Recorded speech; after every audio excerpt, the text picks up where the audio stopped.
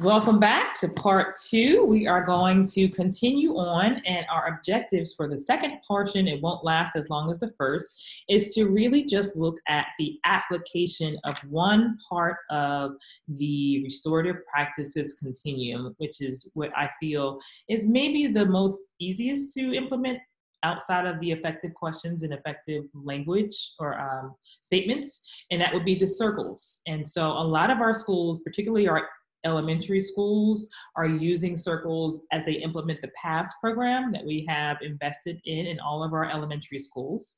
But we also have a lot of our middle and high school using circles as well. And so I wanted to provide a quick overview training of how you can quickly develop a lesson plan to build community or to even respond to an incident. And so let's look at our next presentation. We're going to continue where we were on part two first, and then we're going to get into the circles. And so, again, I'm Janine Beck, Achievement Specialist for School Culture, also known in the community as Janine Cares. We were caring, achieving, restoring, empowering, and supporting our youth for the future. Kind of my segue to continuing to be a principal in the community. And so we were reminded about the classroom being one of the most important aspects of how there's a connection between restorative practices and what phenomenal teachers are already doing in the classroom in our county, and how restorative practices is already a good connection to just domain 2 in our professional growth system. Additionally, we talked about the social discipline window. We looked at the restorative practices, the 4 practitioner styles. We talked a little bit about effective statements and questions. And a lot of our schools have the question cards that ask questions that set boundaries, provide feedback, and promote empathy. And we have also heard a little bit about the FAIR process in our earlier session. This session is going to focus specifically on circles. And circles are a way to build community, which is one aspect of community, of restorative practices. And they could be both proactive or responsive in nature. When we think about preventative measures and intervention, restorative practices is a multi-tiered framework which helps with that. And as you think about that continuum, which we saw the long way or horizontally earlier, this is another way of presenting it and looking at where each aspect of that continuum kind of fits, right? When we think about building community and relationships, the circles, the effective questions, the effective statements are easy to implement and will accomplish that task. When we're thinking about maintaining relationships, when we have those small private conversations with staff members and other staff members, or students and staff members, or parents, those help maintain relationships. Maybe you are just congratulating a student for who you had a goal as a counselor to get to school on time every day, and you're just having a small impromptu conversation to congratulate them for meeting that task. That's a way of maintaining a relationship. Maybe you had a small incident in the cafeteria or the hallway or online where you needed to resolve an issue of conflict. And so you did a circle with just those students, and maybe you invited their parents as well to maintain a healthy relationship. And then the third tier would be the one that involves the most planning, where you involve multiple stakeholders. You may do some pre-conferences, some post-conferences to really repair the harm and hopefully restore relationships. And so we look at also the social discipline window and the 4 practitioner styles, and encouraging you to be kind to yourself and understand that you won't always live in the restorative box. I jokingly would say that my household definitely loves the restorative Janine over any other Janine that shows up from time to time. But professionally, we also have to give ourselves that same sense of grace to understand that we can go from different places and different boxes based on external or internal factors. So just looking at what it is and the impact, here's the punitive practitioner style, right? So it could be often uses a tone of voice that blames or accuses, lack of support and directions, notices inappropriate behavior more than appropriate, frequently gets immediate compliance. Well, that's a good thing, but You might have some students that or staff members very stressed, and that short-term compliance, when the sub comes, oh, it's a different world. And so the punitive style practitioner, while it can be effective in some aspects, usually overall is not the approach you want to use consistently. The permissive practitioner style, warm and supportive, does consistently set limits, focuses on effort, and de-emphasizes the quality of work, tries to reason with students to behave and respond, makes excuses for their behavior. However, the impact, students feel liked and supported. However, the setting might be a little bit out of control and chaotic at times. Students might feel that the teacher can't really manage the classroom. There might be poor quality of work. Students might feel anxious, and there's stress on the staff member for having to manage the situation. A neglectful practitioner lacks consistent engagement of students, does not appear concerned about the quality of work, ignores inappropriate behavior. The impact, well, you may miss some signs of academic deficiencies or even behavior deficiencies. Students may withdraw or feel worthless. There's no sense of control or order, and there's a high stress environment, and again, more stress on the staff member. The ideal situation is to have a restorative practitioner in our classrooms, in our, in our counseling offices, in our schools in general, in our leadership positions, where we're engaging people, where we have clear expectations and goals and objectives. The use of those language cards are easy for all students and staff members to be able to understand how they're going to process an incident when there's a situation where someone's hurt, harmed, or injured, or even, upset. There's an issue of conflicts. We want consistent, equitable practices to resolve them. We want to engage in collaborative conversation. We want to engage in decision-making that's kind of shared, and we have what we call student agency, where the student is a little bit of a leader in the process. We want to use circles, and that's what we're going to transition to do right now. Additionally, we want to maintain those high standards and the impact, obviously, positive atmosphere, high quality of work, positive relationships, and kind, supportive relationships, a sense of hope and optimism, students feeling a sense of safety and high job satisfaction. So as we think about this, I found some research on something called compassionate instruction and discipline, and the principles of that were very connected. If you want to read that article on this presentation, it talks about compassionate schools and the impact. It reminded me so much of restorative. I figured I would implement that here too. But always empower, never disempower, provide unconditional positive regard, maintain those high expectations, check your assumptions. We talked about that in our part 1. Observe, question. Don't use why questions, but observe and question. Be a relationship coach. Think about it as not taking anything personal, but how can you foster a better relationship? How can you model for someone how they could do this if they were the facilitator?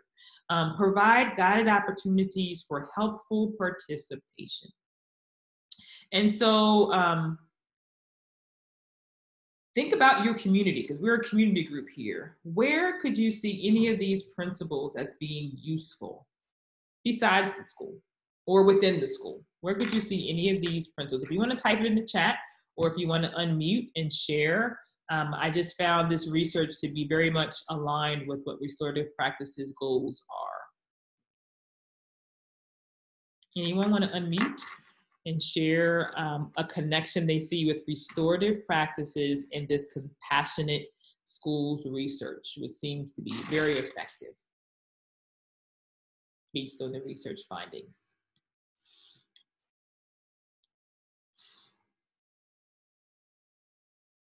All right, let's look at the chat and see if there are any responses there.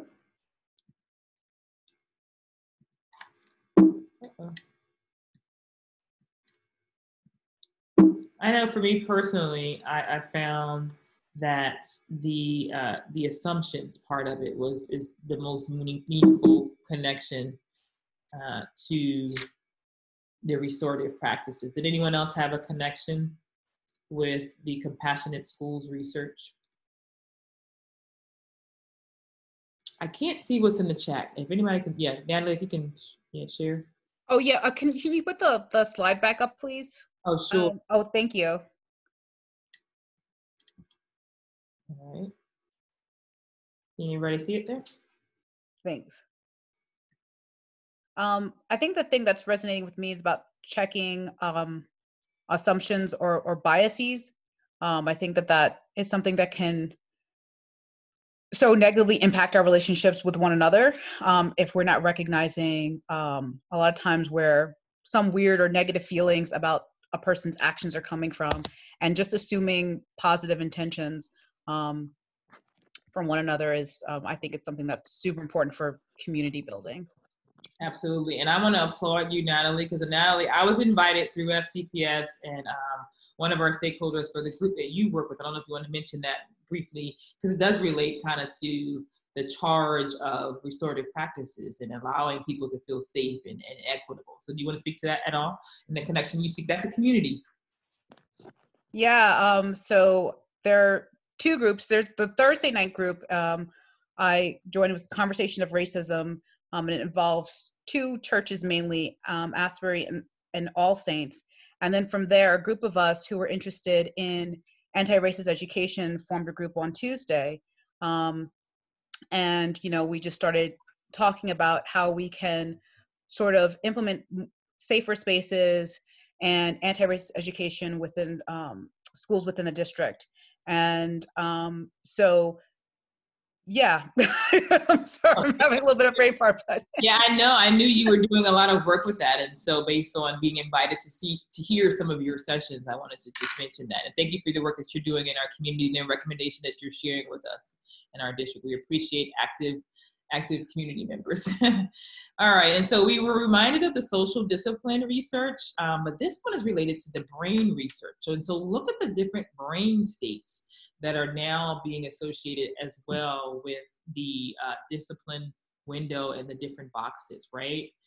What happens to a brain where the practitioner, the teacher is punitive in style or neglectful, defensive, vigilant, anxious, imagine. And we think about the trauma-informed responses approach, the restorative mindset gets you more relaxed, alert, engaged.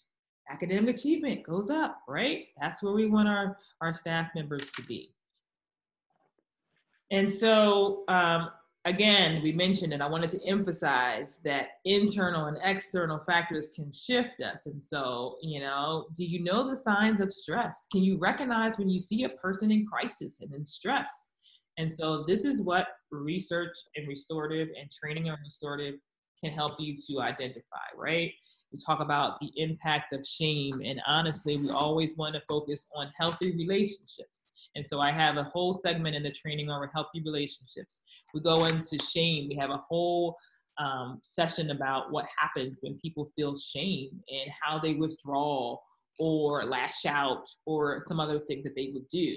And so it is really important for us to use that trauma-informed lens to combat all that you see on the screen here, right?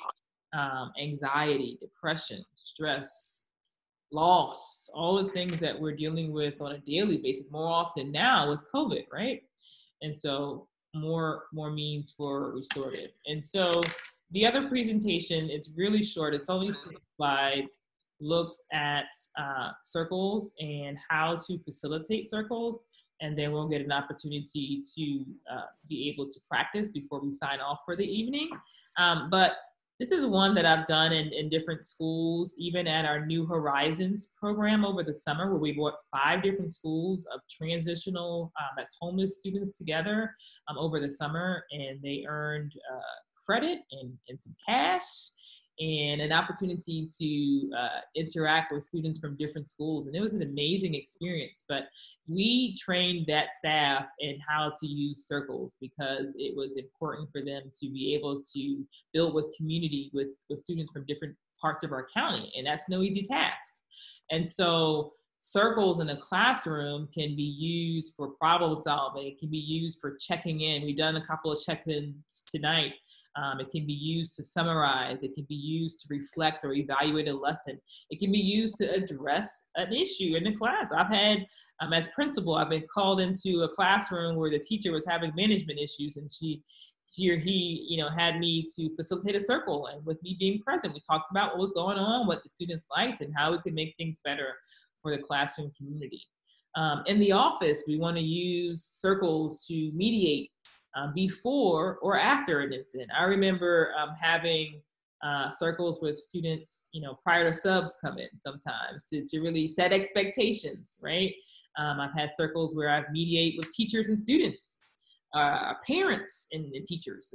We definitely think about the restorative process for all of these aspects. But it's really about separating the deed from the doer, building community, and responding to conflict. Circles can, this picture is of the dinner table, right? We think about circles most in our houses when we're around the dinner table, and they can build that connection, that inclusion, that equality, that fairness. Everybody's on the same level when they're seated, right? No one's higher up or lower. Everybody can talk if you talk a talking piece. And we did order these talking pieces for the staff members in the schools that are being trained as well with our budget from a Title IV grant. And so those resources are there and more are coming. Our special education department has also ordered a ton of resources to ensure that their staff is trained in restorative practices. And so we're excited about that. But just the overall structure of a circle helps to emphasize the importance of the fairness, equity, and inclusion of all, right? Because there's no end. Everybody's included in that. Again, I said they can be proactive or responsive. And the topic can be from personal to work-related to academic. And there's different ways to learn about implementing circles. With a circle, there are like a lesson plan. I mean, you really literally have to think about, I am the facilitator of the circle, and I have to keep certain things in mind. How will I set it up? If it's a science classroom, will I have to go around the tables? Am I going to have 5 people? Am I going to have 25 people? So all those things have to be considered when you're thinking about how you will facilitate a circle. Linganore High School yesterday, I did their staff meeting, and we divided into 3 different circles because we had new staff members who knew nothing about restorative practices. We had veterans who already were using it. And so we had 3 different differentiated groups and circles, and we did it on Google Meet, and it was amazing. So there's different ways that you can use circles even virtually. And I've seen where they've used the thumbs up instead of obviously the talking piece to make sure, or the mute button, or even the chat in order to continue with circles virtually. But these are just, there's a lot of guidelines that go along with circles. And so in the training, we talk about that. We also have variances with the question type. There are low risk questions and there's high risk questions. An example of a low risk question would be like hot dog or hamburger, or what is your favorite cafeteria lunch? Versus a higher risk question would be something to the effect of, causing you to really think. Share a time when you were let go out of control. Or share a time when you felt confident about your abilities. And so as a circle leader or a facilitator, you are really thinking about, am I going to ask open-ended question? Am I going to ask a one-word answer? Do I have enough time to ask a open-ended question? Will I make it a sequential circle, meaning everybody will answer? If I have 50 students in the classroom, which we won't have 50, but if there were 2 classes combined doing circles, you obviously wouldn't ask for everybody to respond. You might do a non-sequential circle where a few people respond. You might do a few people because you understand that everyone's background knowledge might not allow them to understand it. And so, circles can be very simple. They usually have some kind of control and order with them by using a talking piece or giving some kind of norm as we're doing in this virtual setting.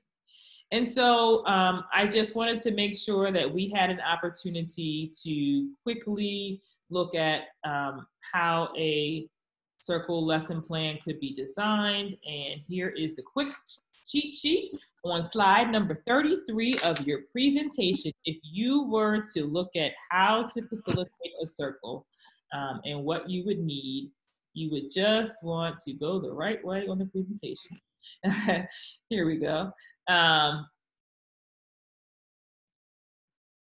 think I'm still going the wrong way, but I'm not quite sure. I am just as tired as somebody put in the chat earlier. Here we go. All right. This is the slide coming up soon to a screen near you. Yes, there it is. And I want somebody to volunteer. Give me a topic, any topic you can think of.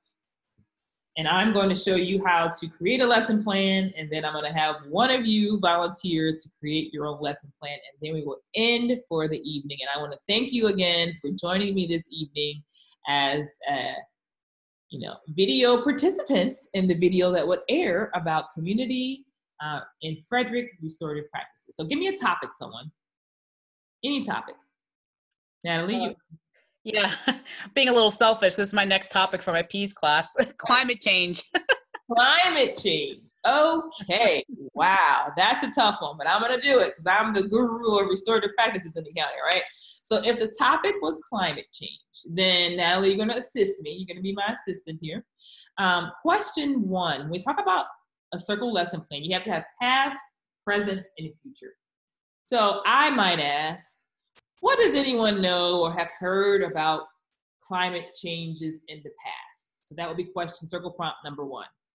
So have you had any experiences in the past with hearing, seeing climate change? All right, question two would be about the present. What kind of things do you see right now as our climate changes? What are you experiencing? And then question three would be the future. What are some things that we need to do to help with climate change in our community? Easy, right? That's how simple it is to design a circle lesson plan. Now, the hard part of it is figuring out whether they would be sequential or non-sequential responses, meaning is everybody going to answer the question? Or are you going to say, let me have two volunteers? Or are you going to say, let me get one word response or an entire open-ended? Karen, I saw your hand. What happens, because it seems to me like there's a little bit of an assumption that climate change is real. What happens if somebody says, well, that's just a hoax? So what if somebody, no matter what the topic is, takes a totally different perspective on what you might be expecting? How can you turn it back to make it restorative? Very nice, very nice. I appreciate that question. Two things come to mind: norms and expectations, right? And how, as the facilitator, we kind of frame the kinds of responses we want, and two, maybe adding additional questions or opportunities for what we call a parking lot. And so when a teacher has a lesson plan, they have certain objectives that they want to cover. But we invite and we encourage our students to chime in with those other thoughts. And so those other thoughts could go in our parking lot, which is a part of our norm for our circles. And so I did not mention that, but in the training, we have our norms, and I make sure that the participants in the trainings contribute to what the norms might be. And then we have our parking lot for those topics that kind of get us off of what we may have planned, and then go in the parking lot. And then when we can bring it in later, we do so. Great question. Thank you so much for that. All right, who wants to be our volunteer to design our last activity, our question? I'm gonna have you take it away and do past, present, and future. I'll help a little bit, but I need a topic and I need 3 questions designed for a circle.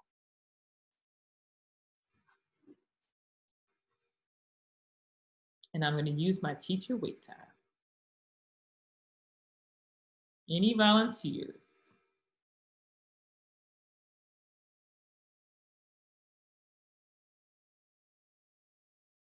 All right, you can just volunteer a topic. If anyone can give me another topic, we're gonna all participate in coming up with questions. What's a good topic? How about we use virtual learning? There we go. All right, so our topic is virtual learning.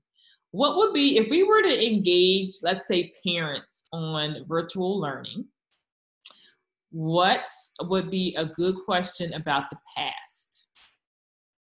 Anyone? Unmute. Give me a good question about the past as it relates to virtual learning. We've already had a quarter of virtual learning. So what could be a good starter question? Comes to mind, thinking of, well, what do we call it? Continuation of learning in the spring as compared to virtual learning in the fall. How would you compare them? Is that a reasonable question, or? Yes. Yes, and then let's say 50 parents showed up. How would you control the responses that you might get? What could you do? You could ask for what kind of prompt or what kind of response? Maybe a 1-word or a 2-word or 1-sentence response to if you were allowing everyone to speak, right? Excellent. All right, question 2, something about the present. So now who can give me a question designed for the present virtual learning situation? And when you design your questions, you're thinking about, whether you're evaluating a situation, whether you're being informative. It just depends on your audience and your outcome for the circle. So for this one, let's say we're doing an informational session. We're assessing, like we just started off with, the experiences. So continuing with that theme, what would be a good present question for what's happening now with virtual learning? Maybe I would say one, what's a celebration that you've seen with virtual learning, right now? Anyone else have a question about a present situation with respect to virtual learning? I was thinking kind of the same thing. If you wanted to kind of keep it more positive, what's a positive, or something good that's happened? Because you could really get carried away. People are going to probably have a lot more negatives they'd want to share and get off their chests. So. Right. Yeah. And I definitely would limit the size of the audience too. You can make sure that you get more participation and more community sense if the smaller group. I wouldn't go too large on those. So invited guests and, spend a lot of time in the circle first, doing those low risk, like types of activities that build that community and help people to get to know each other. As principal of Ballinger, when there were incidents that occurred too close together, too many serious incidents, I would do a community circle and invite parents in just to kind of engage them and talk about what's going on. But I will always start off with some team building or getting to know you. Like, what grade is your student in? What's your favorite subject or favorite teacher? Those positive things before we get into the real work. All right, and our final question, virtual learning, the future. So what would be a good question to ask as we're engaging and informing parents about virtual learning?